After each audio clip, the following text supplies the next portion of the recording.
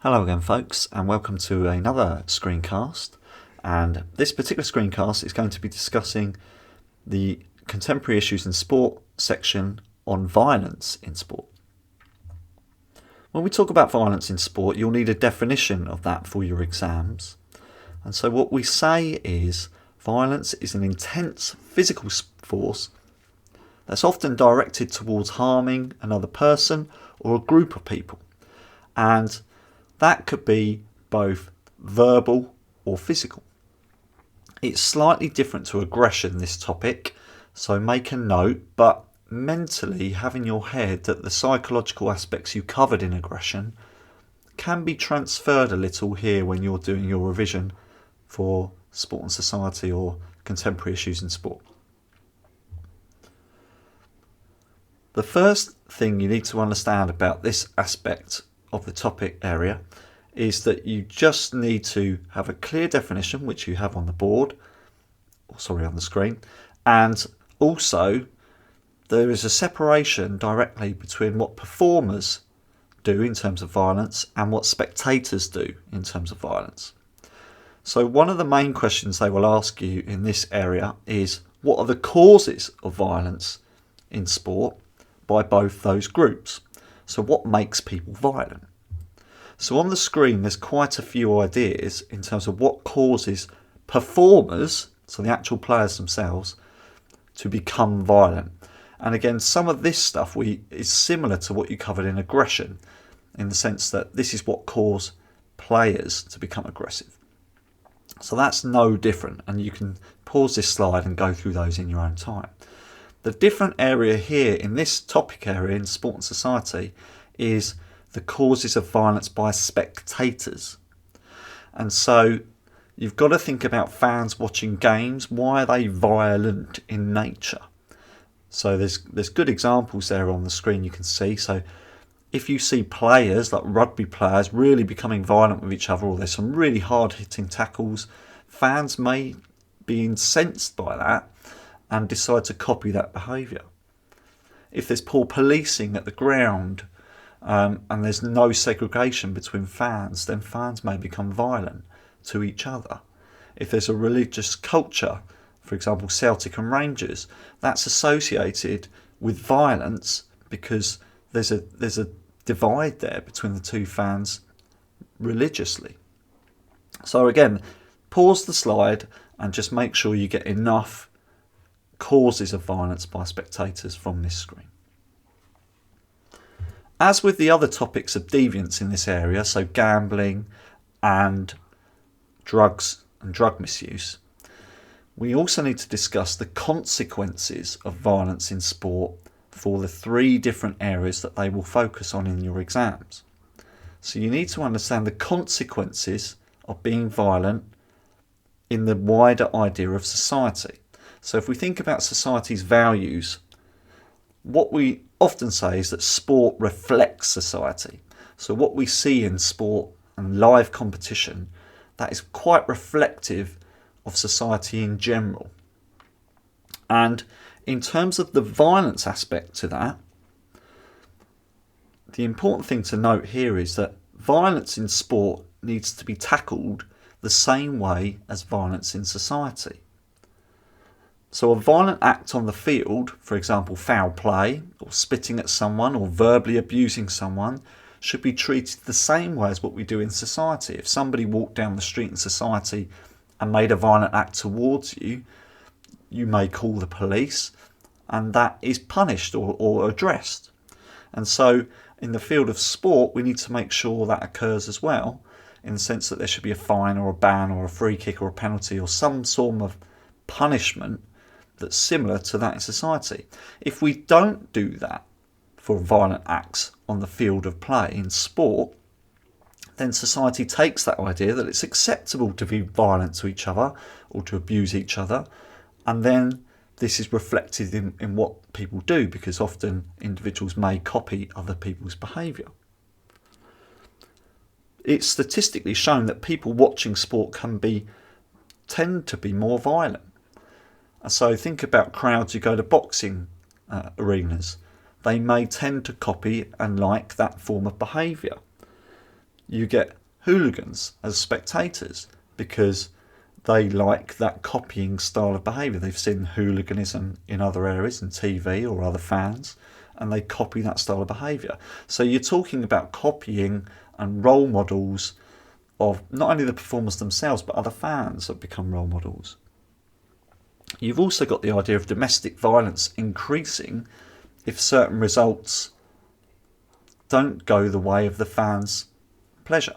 For example, often when England lose larger games, such as World Cup games against Germany, the rates of domestic violence actually increase. And so that reflection of violent behaviour in sport, or the idea of some sort of losing connection in sport, may make fans violent, and then society becomes violent.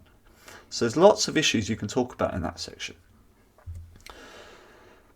In terms of the sport itself, you need to think about, if there's regular violence in a sport going on, what does that do for that sport itself? Well, the sport might be associated with a culture of violence. It could be that specific clubs are associated with a culture of violence, not only for the players, who may be aggressive on the field or particularly violent towards others, but also the fans. You've got cultures of fans of different clubs being associated with violence. Whole sports can be associated in the sense of, again, going back to football, and sorry to keep bringing up football, but football has the classic hooliganism culture in the sense of, certain fans or of certain teams in football groups have hooliganism behaviour, so trends of violence. Think about, again, going back to boxing or mixed martial arts, those fans, those sports, people may stay away because there is a culture of violence within itself. And the negative aspect of that is that if that culture becomes the trend, it may lose sponsors or funding for that sport, and less money gets put into grassroots sport itself, especially if it's supposed to be a non-violent sport and it becomes violent. The last aspect of the consequences section you need to understand is how violence is impacted on performers. What are the implications for performers if they are regularly violent? Well, first of all, as we stated before in the sports section, you could get a reputation as being a bully player, or a violent player, or a dirty player in inverted commas. There may be regular punishments, bans or fines for people that are performers, so performers may think twice before being violent because those things are going to be occurring for them. You may be stripped of sponsors or titles if you're particularly violent. And a really important thing to think about is mental considerations, in the sense you as a performer might injure someone to such a degree that that might be a career over or career threatening injury, and you might feel guilty about that. So there are longer term consequences of that. It doesn't give you a cathartic release as always. It might be you just feel guilty over what you've done. And finally, as modern society has evolved in sport, particularly in the 21st century, we may be able to sue or bring legal action against other performers who are violent. So there's that to think about too. So plenty of areas there you can apply to each of those three aspects when talking about the consequences and implications of violence in sport. You'll also need to discuss how to prevent violence by both players and fans. So let's talk about the strategies to prevent violence when you're playing sport. Well, these days we have lots of different camera angles. We've got the ability to pause and rewind, officials, third official. So lots of technology in video playback can see violence. Good examples of that in rugby. They do lots of sighting, which means post-game officials will look at incidents and they will apply bans and punishments directly to anything that's been seen within games. Specific rule changes can be applied. So, for example, more sin bins, specific aspects of timeouts or removal of players can change within games to avoid violent behaviour. You can have a much more severe penalty introduced. So red cards in football would be the classic penalty. you would need to educate both players and coaches in terms of a fair play ethos. So a lot of sports have tried to introduce the concept of fair play, and really underline that point, and that might reduce violence in sport between players.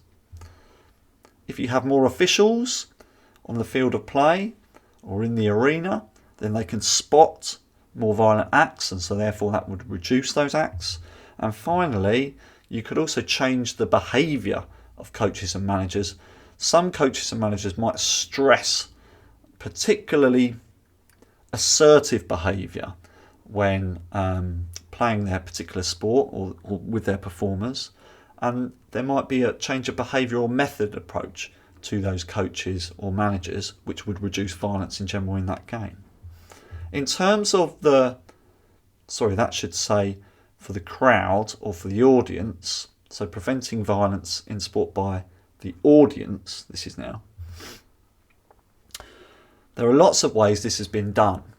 And again, if you think back to the hooliganism era in the 80s for football, football has had a real shift in terms of trying to bring spectators back to the game. And so what happened initially is that they promote the sport as a family entertainment sport. So there are family sections in football grounds. If you think about basketball, all the entertainment that goes with that, trying to interest the whole families to come along together. And so if families are there, then there might be less violent acts for people in general, because they think about children and the impact of that. Responsible media coverage, well, that means if there's a big game going on, a derby game that's usually involving violence, they may try to calm people down by toning down the language that's being used when they cover. Don't make it such an impactful advertising campaign, and it might calm the hype up that often fans get to watch a game, and particularly if it's a rival game. They might use CCTV and security measures at grounds to identify fans who are being particularly violent and therefore ban or suspend them from those grounds. If we improve the facilities, like give all seat to stadiums, it stops people cramming into grounds and therefore more pressure to be violent towards others. Obviously, we've got punishments and bans and fines for fans that are violent or drinking regular alcohol, taking drug use, and that's causing this issue. In derby games of most sports now, they will clearly separate fans from different clubs to create a barrier almost and prevent the violence from occurring between certain clubs and fans. Limitation in terms of alcohol will stop fans from becoming violent, and prior to larger games or games where they know there is a history of violence, there'll be complete liaison with police or security forces, and often that can go between countries, let alone between grounds. So you could have a game between England and Poland, for example, and there'll be a liaison with the police officers in terms of how to reduce and prevent violence from occurring between the two sets of fans. Okay, as always, thanks for watching this screencast. If you want any more help with the OCR A-level PE, please head to the iSpeakpe channel on YouTube.